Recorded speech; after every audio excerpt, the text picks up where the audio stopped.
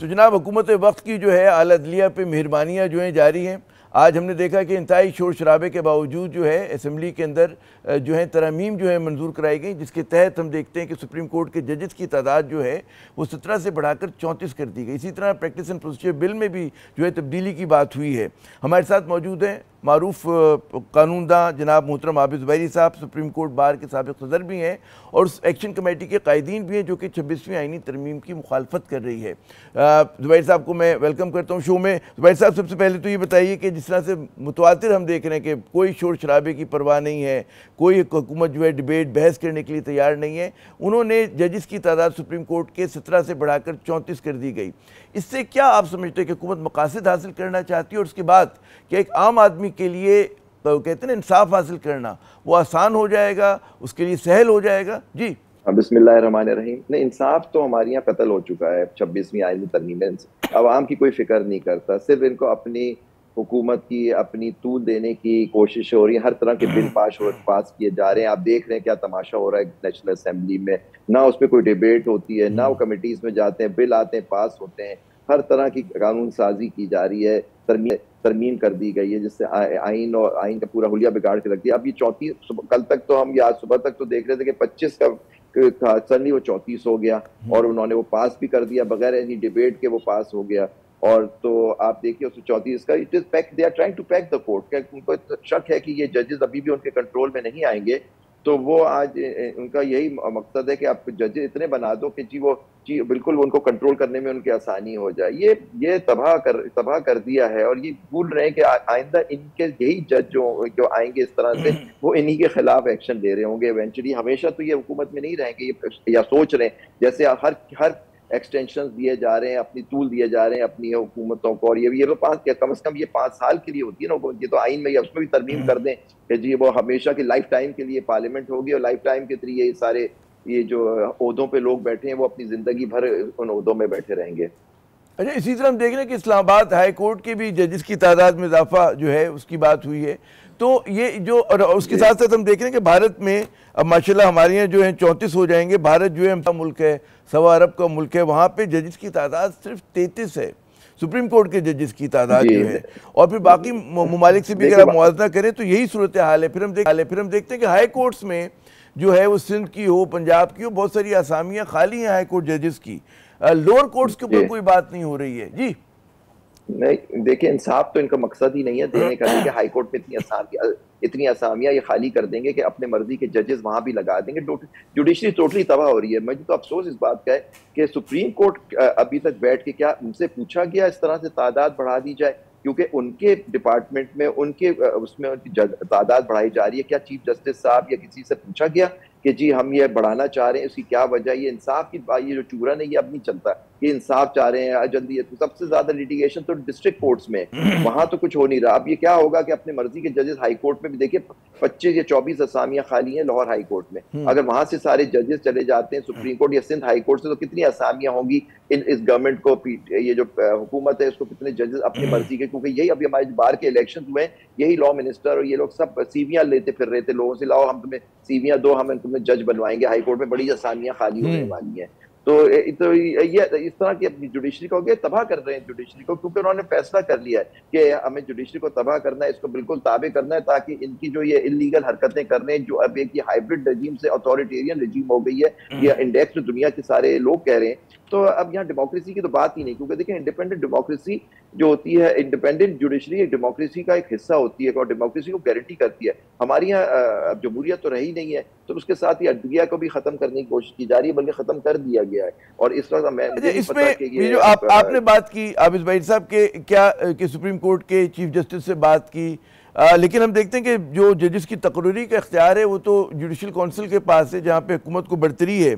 और ये तादाद नहीं कि वही लोग जजेस की तकरीरी कर रहे हैं कि जिनके मुकदमात जजेस कल को सुन सकते हैं, जो अभी भी मेरे ख्याल में ज़ेर समाअत होंगे बहुत सारों के। तो ये एक बड़ा तादाद नहीं आ गया? नहीं, बहुत ज्यादा आ गया। देखिए आप ये बात लोग भूल जाते हैं। लोग हमेशा कहते हैं कि केसों के फैसले नहीं होते। आपको पता है सबसे ज्यादा जो लिटिगेशन हमारी अदालतों में कॉन्स्टिट्यूशनल बेंचेस में जो होता है, मतलब जो रिट पिटीशंस होती है जो हाई कोर्ट और सुप्रीम कोर्ट में होती है, उसमें ज्यादातर सारी केसेस ही प्राइवेट इंसान के खिलाफ तो रिट पिटीशन दाखिल ही नहीं होती। वो तो होती हुकूमत की एहलकारों के खिलाफ या किसी पे, या कोई लॉ चैलेंज होता है, या कोई फंडामेंटल राइट की बुनियादी हुकूक की कोई वायलेशन होती है, उसके सिलसिले में ये पिटीशंस होती है। सबसे ज्यादा लिटिगेंट तो इन अदालतों में हुकूमत होती है, और वही अब सारा इख्तियार खुद ले लिया, पार्लियामान ने खुद ले लिया जिसका हुकूमत हिस्सा होती है। मेरे सवाल और वही जुडिशल कमीशन जो है, जुडिशल कमीशन का क्या रोल है? और उसके अंदर ज़ाहिर है कि नजर ही आ रहा है कि हुकूमत को अक्सरियत हासिल है वहां पर, तो जिसको चाहे जज लगाए, जहां चाहे लगाए। देखिए वो तो कल पता लगेगा। कल चीफ जस्टिस साहब ने जुडिशल कमीशन ऑफ पाकिस्तान का इजलास तलब कर लिया है। कल पता लगेगा क्या होगा, वहाँ किसकी अक्सरियत होगी, क्योंकि एक असामी तो अभी खाली है। वो तो मैं तो समझता हूँ ये जुडिशल कमीशन का इजलास हो ही नहीं सकता था जब तक कॉन्स्टिट्यूशनल बेंच का जज नहीं अपॉइंट हो जाता। तो लेकिन वो कल उन्होंने, चीफ जस्टिस साहब ने कॉल कर लिया। अब देखते हैं कल क्या होता है, और वहां देखते हैं कि किस तरह से अब ये हैंडल करेंगे। अगर उन्होंने अक्सरियत हासिल कर लिया तो ठीक है, माइनॉरिटी में बन के बैठ जाएं। अगर अपने कोर्ट को सामने, जैसे जो पिछले चीफ जस्टिस ने पूरा, उन्होंने तो रास्ता खोला था तबाह करने का कोर्ट का, तो अब वो फाइनली उसकी फाइनल हम जनाजा ही देख रहे हैं अब तो। अच्छा, जो मतलब है कि वकला जो बात, जैसे आप लोग कह रहे हैं कि हम तहरीक चलाएंगे, और आप लोगों ने एक अपना वो बनाया हुआ है, एक्शन कमेटी बनाई हुई है। बार बार मैं अगर सवाल कर लूँ, जो मेरी कल एक सीनियर वकील से बात हो रही थी जो कि मशहूर मारूफ वकला तहरीक में भी शामिल थे, उन्होंने कहा कि बड़ा फ़र्क आ गया है कि इस मरतबा जो है मतलब वकला बरादरी तकसीम है, और उस वाली तहरीक की क़यादत खुद चीफ जस्टिस मतलब एक जज कर रहे थे, जिनको मतलब है ठीक है वो बाद में मुतनाज़ा साबित हुए। तो अब जो है बड़ी चीज़ें बदल चुकी हैं।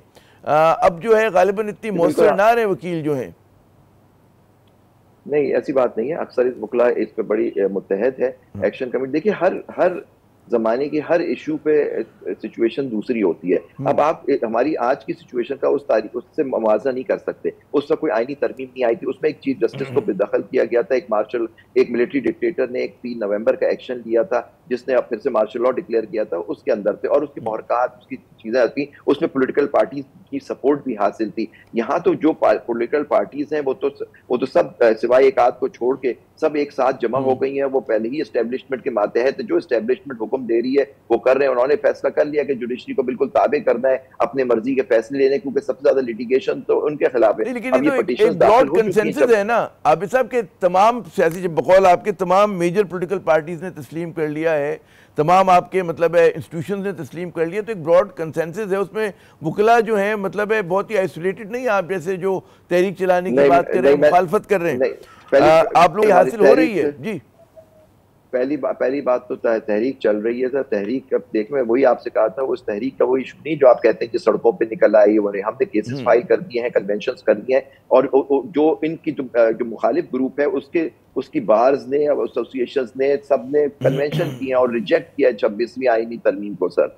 तो जब इनको रिजेक्ट कर दिया तो इसका लीगल चैलेंज किया गया। अब लॉ अभी टेकअप कब होता है सुप्रीम कोर्ट में कि वो देख के बताएं कि ये आईनी तरमीम सही है या गलत है, या आपका एक बिल्कुल इसको तबाह कर दिया गया जुडिशरी को अगर आपको कबूल है तो आप उसको अपहोल्ड कर लें। इसको हमारा व्यू ये है कि आईनी तरमीम हो ही नहीं सकती थी, और जिस तरह से की गई है इसने तो सुप्रीम कोर्ट को, हाई कोर्ट को बिल्कुल ताबे कर दिया। एक अंदर कोर्ट के अंदर एक पैरेलल सिस्टम बना दिया कॉन्स्टिट्यूशनल बेंच का। पहले कॉन्स्टिट्यूशनल कोर्ट की हम बात कर रहे थे कि ये फेडरल कॉन्स्टिट्यूशनल कोर्ट बनेगा, वो उसके ऊपर बैठ जाएगा और सारी चीजें होंगी।